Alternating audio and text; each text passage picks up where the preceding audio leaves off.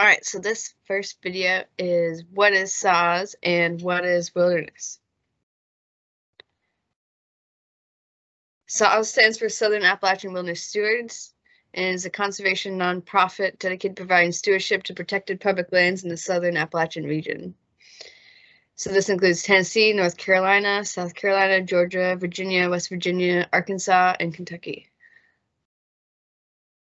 SAWS has three primary goals: to take care of wild public lands in our footprint, to provide transformational job opportunities and outdoors that cultivate, educate, empower, and create equitable career pathways for the next generation of conservation stewards, and increase public awareness about and equitable access to and the relevancy of public lands and wilderness. So one of our major things is providing backcountry trail crews to do maintenance in wilderness areas, or to have volunteer days, usually day trips, to do trail work.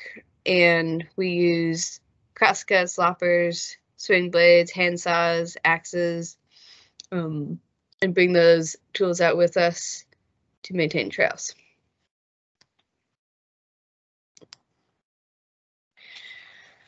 We also have wilderness rangers, and that could be data collection, public education, making public contacts with people along the trail, and teaching, education, going over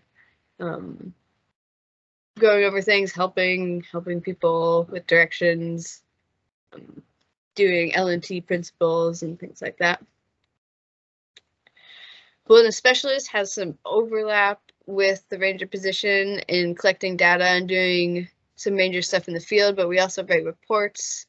Wilderness character monitoring is one of the big reports that we write, but we also write reports on recreation sites or invasive species, solitude monitoring, and the data that we collect. The other big thing that we do is we are a partner and we co-produce the Bridge Project. And the goal of the Bridge Project is to create hiring for diverse candidates and in the conservation field.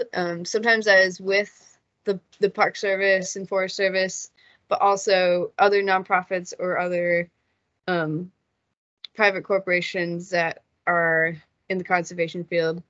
So bringing those candidates to the positions in creating a pathway.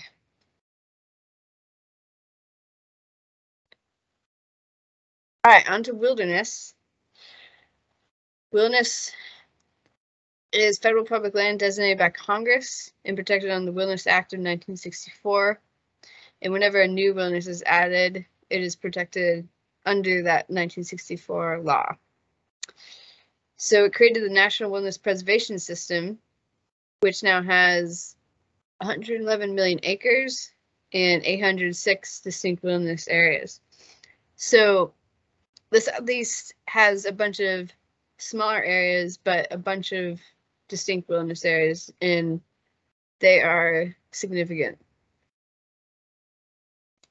So one thing about wilderness is that it is across all these different land agencies. It's in Forest Service, Fish and Wildlife, National Park Service, BLM, but it's the same kind of protection and the same kind of designation for all of them, and the same kind of accountability. Wilderness is unique from other public land because of its wildness, remoteness, and lack of amenities, as well as prohibitions from motor vehicles and equipment, permanent roads, and installations. Wilderness is land where we, as a society, choose to let nature run its course.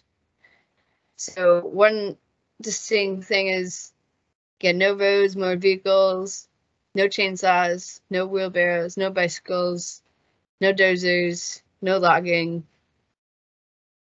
It is just more protected land. All right, there are 5 values under the Wilderness Act, and they are called untrammeled, natural, undeveloped, solitude of primitive and unconfined recreation, and other features of value. These principles are the framework to understand what a wilderness values are and if the spirit of law is being achieved. And those values are taken directly from the Wilderness Act.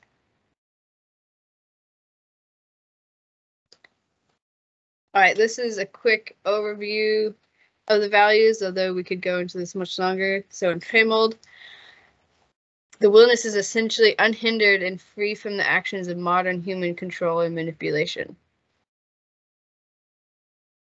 Natural.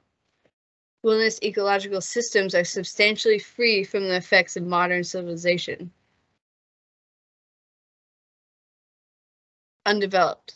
Wilderness retains its primeval character and influence and is essentially without permanent improvements or modern human occupation.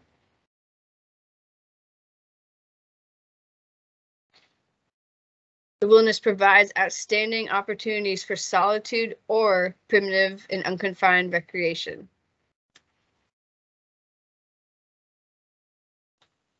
Other features of value. Wilderness may contain ecological, geological, or other features of scientific, educational, scenic, or historical value. Examples of that are cultural features inside the wilderness, old growth forests, dinosaur footprints, reasons why people go there.